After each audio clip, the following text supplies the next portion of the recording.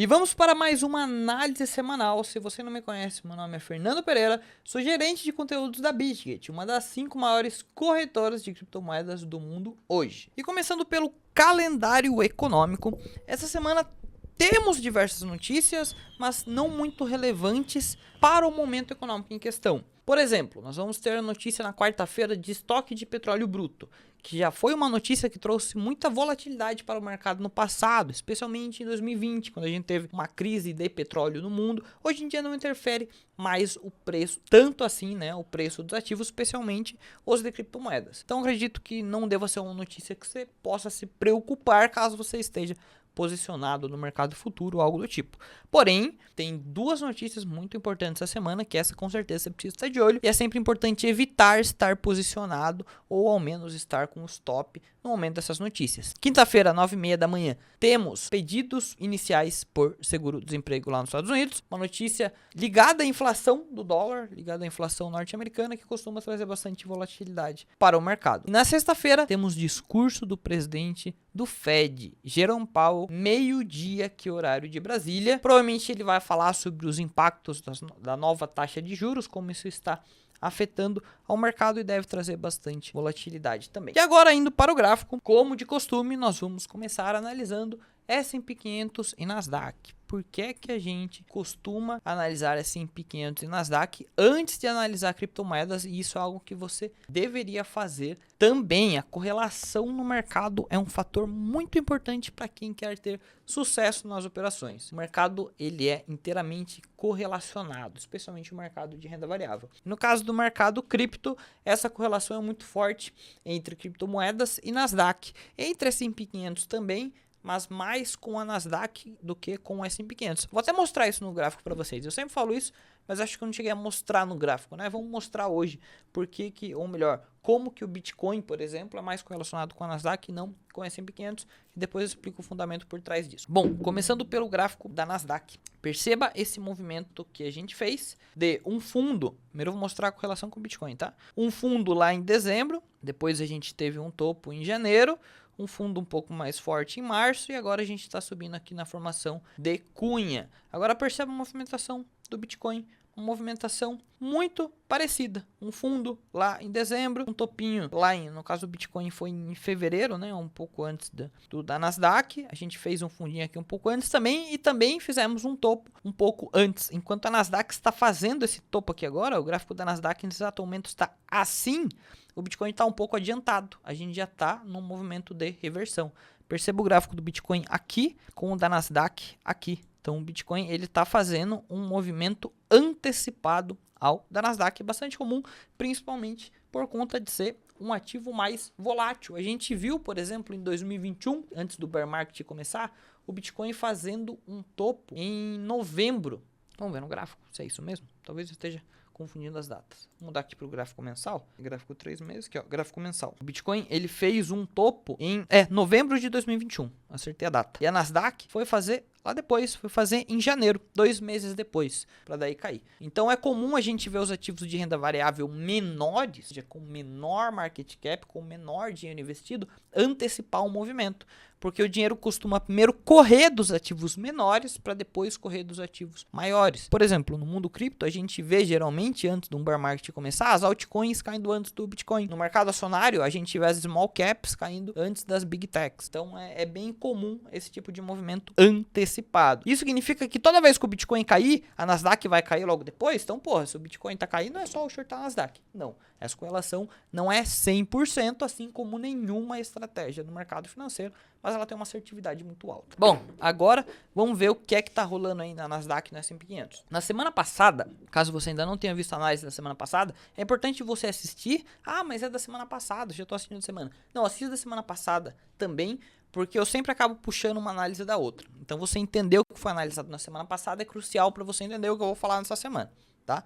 Então vamos continuar a análise da semana passada, onde eu disse que, apesar da Nasdaq estar fazendo essa formação de cunha ascendente de baixa aqui no gráfico diário, ou seja, com maior probabilidade de rompimento para baixo, dessa vez eu acreditava que esse rompimento não aconteceria. Eu acreditava que, e continuo acreditando, que a Nasdaq poderia encontrar alvos um pouco mais alto, altos, no caso, para daí cair, tá? Continuo com essa visão. E na semana passada, eu disse que a Nasdaq poderia subir mais ou menos 2% para daí cair. Vamos ver o que rolou de semana passada para cá? Bom, mudar aqui para o gráfico semanal. A gente viu na semana passada uma alta de abertura fechamento 0,5%. Hoje, estamos tendo uma alta de mais 0,6%, ou seja, mais ou menos uma alta já de 1%. Então, acredito que a Nasdaq pode subir ainda mais 1% para entregar aqueles 2% que eu comentei na semana passada. Então, mais 1% de alta vai dar mais ou menos aqui no meu alvo de 13.665, 13.737. Dá mais ou menos 1,5%, 1,6% até lá, tá? Então, esse é o meu alvo para Nasdaq no curto prazo. O preço chegue até aqui, até essa zona de resistência, para daí fazer um recuo um pouco mais agressivo. E o que é que acontece com o Bitcoin até lá? Ele também vai fazer um movimento de rompimento de topo? Não, já comentei isso na semana passada. Eu disse que apesar de eu acreditar que a Nasdaq entregaria mais essa alta, o Bitcoin provavelmente ele se consolidaria aqui nessa região entre 27, 26,5, 28, 29, 30 mil dólares aqui, essa região de topo, essa região entre 38,2 e 0, né, que é a máxima do Bitcoin lá em abril até o recuo de 38,2%. Continuo com essa visão. Inclusive, quando o Bitcoin chegou lá na sexta-feira, a gente deixou esse martelo aqui no gráfico diário, exatamente na retração de 38,2, eu abri uma operação long no Bitcoin. E quem me acompanha lá nos stories do Instagram, @fernandopereira.eth, viu essa operação feita aqui no gráfico de 1 hora. Inclusive, eu passei lá antes de eu entrar. Eu avisei, ó, galera, tô entrando por conta disso. E a entrada, só para vocês entenderem, foi isso daqui.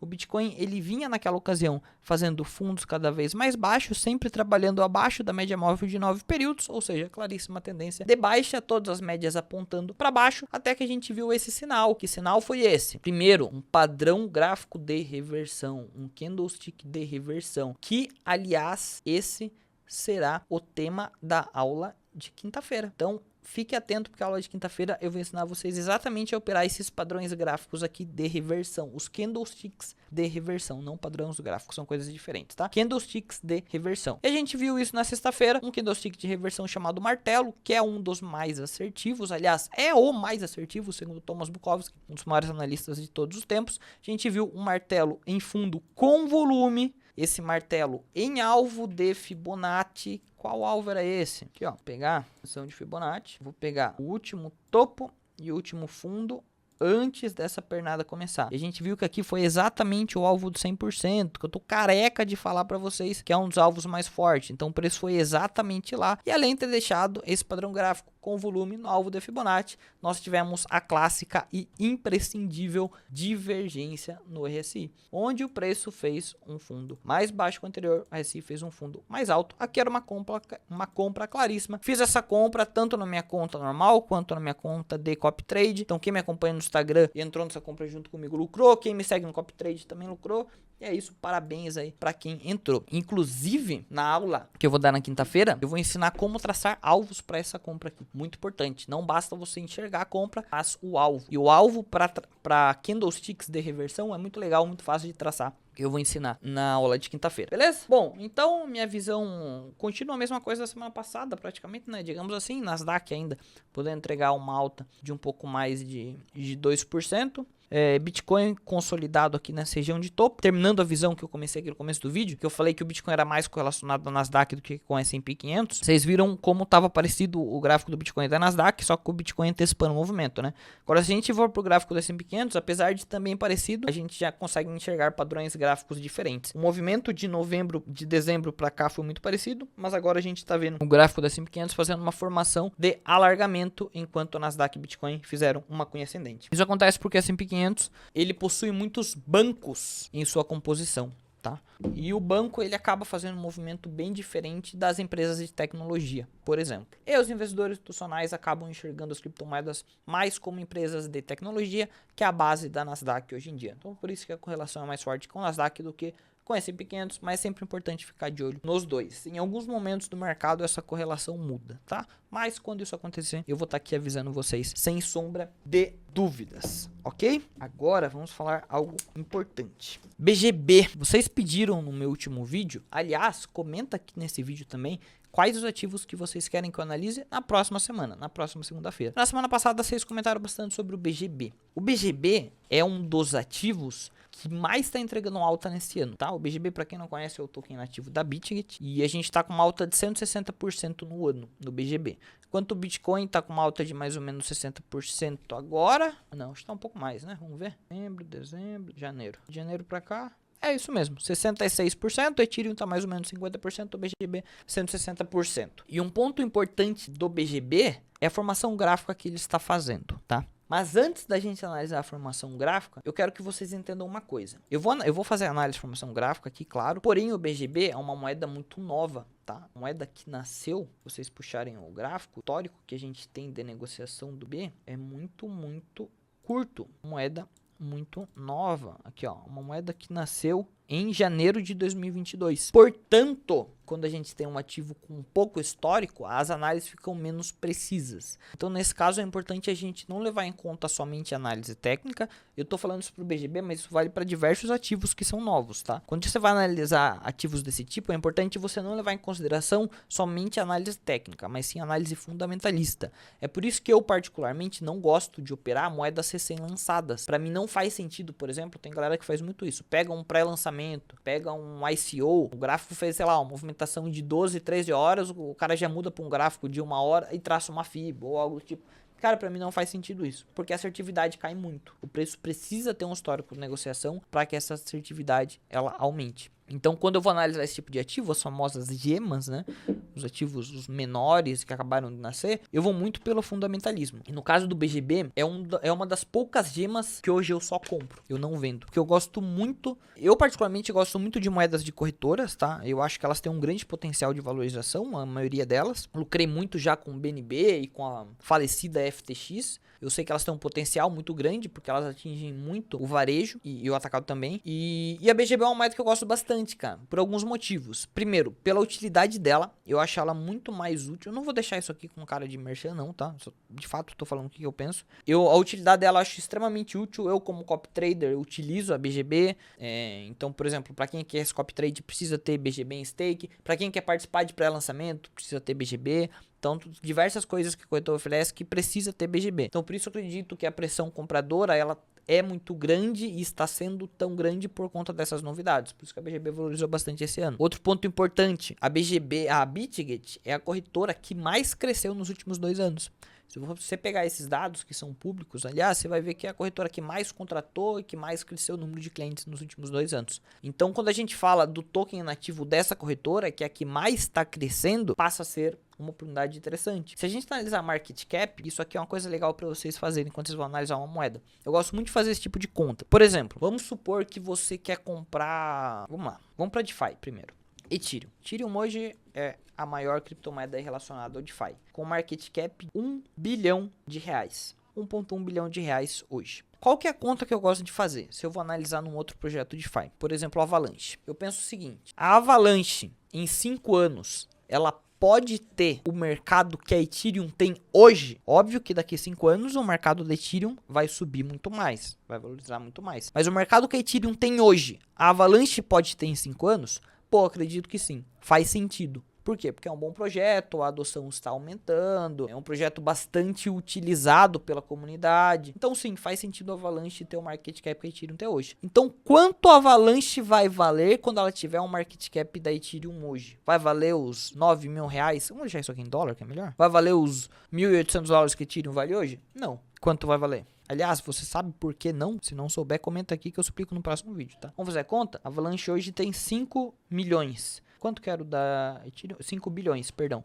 Quanto que era o da Ethereum mesmo? A gente viu em reais, né? Em dólar dá 225 bi. Então, se a gente dividir, calculadora, 225 dividido por 5, 45 vezes mais.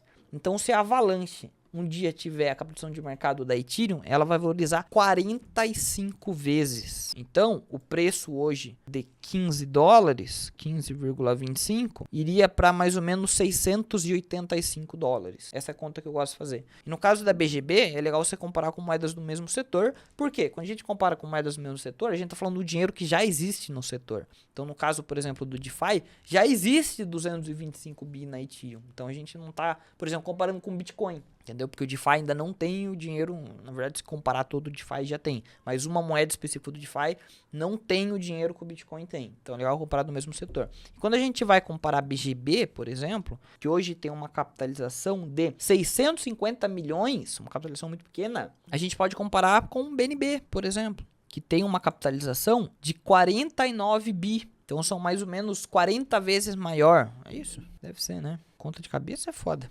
80 vezes maior. Nossa, errei feio, né? Foi 40. Mas enfim, então se a gente pensar, pô, será que a BGB pode em 5 anos ter a capitalização de mercado da Binance hoje? Ou melhor, será que a Bitget em 5 anos pode ter o mercado que a Binance tem hoje? Se a resposta para essa pergunta para você for sim, a gente tá falando de uma valorização do token BGB em 80 vezes. Então esse é o cálculo que a gente faz. Eu acredito que pode. Talvez não em 5, talvez em 7, talvez em 8. Mas se a gente tá falando de uma valorização de 80 vezes, é muito mercado. Então, é uma moeda que eu gosto de comprar bastante. E agora a gente vai pro gráfico. Porque vocês perguntam, pô, será que é uma bora? Será que é uma boa hora? Bom, vamos ver o que Thomas Bukowski acha disso. Lembrando que é um ativo novo. Consequentemente, a gente diminui um pouco a taxa de acerto aí quando a gente olha o gráfico. Mas mesmo assim, a gente consegue fazer essa análise. Olhando aqui no gráfico semanal, a gente vê um claro movimento de retângulo em topo. E se você pegar o nosso e-book, que inclusive está disponível aqui para download na descrição desse vídeo, deixa eu achar aqui o e-book no meu computador.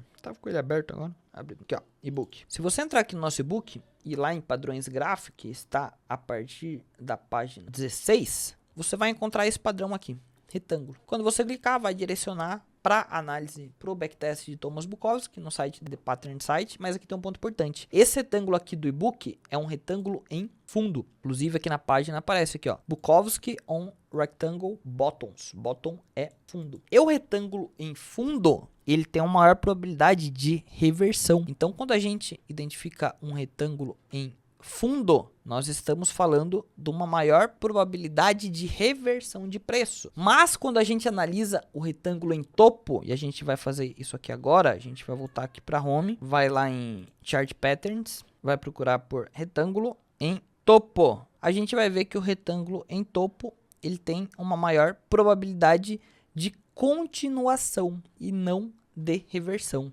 Uma probabilidade de 63% de continuação, que não é tanta coisa assim, mas é uma maior probabilidade de continuação. É o movimento que a gente está vendo semanal do PGB hoje, um retângulo em topo. Isso significa que o preço agora ele já vai disparar? Não sabemos. O retângulo ele pode durar por muito tempo. A gente pode ver aqui uma consolidação maior. Isso aqui é um gráfico semanal, tá? Não sei quando vai haver esse movimento, mas só estou comentando com vocês que a maior probabilidade desse movimento é um movimento de continuação. Ainda mais quando a gente vê as médias empurrando o preço para cima. Perceba a média de 9 períodos, quando ela chegou aqui no gráfico semanal, ela empurrou o preço para cima. Em momento algum, o preço fechou abaixo dessa média de 9 períodos. A de 20 ainda nem chegou. Quando a de 20 chegar, a gente ainda pode ter um movimento de power breakout, que aí tem uma assertividade muito boa. Então, por hora, eu me sinto tranquilo em estar comprado em BGB. É uma moeda que eu gosto bastante e eu acredito que pode ser um dia assim uma BNB da vida.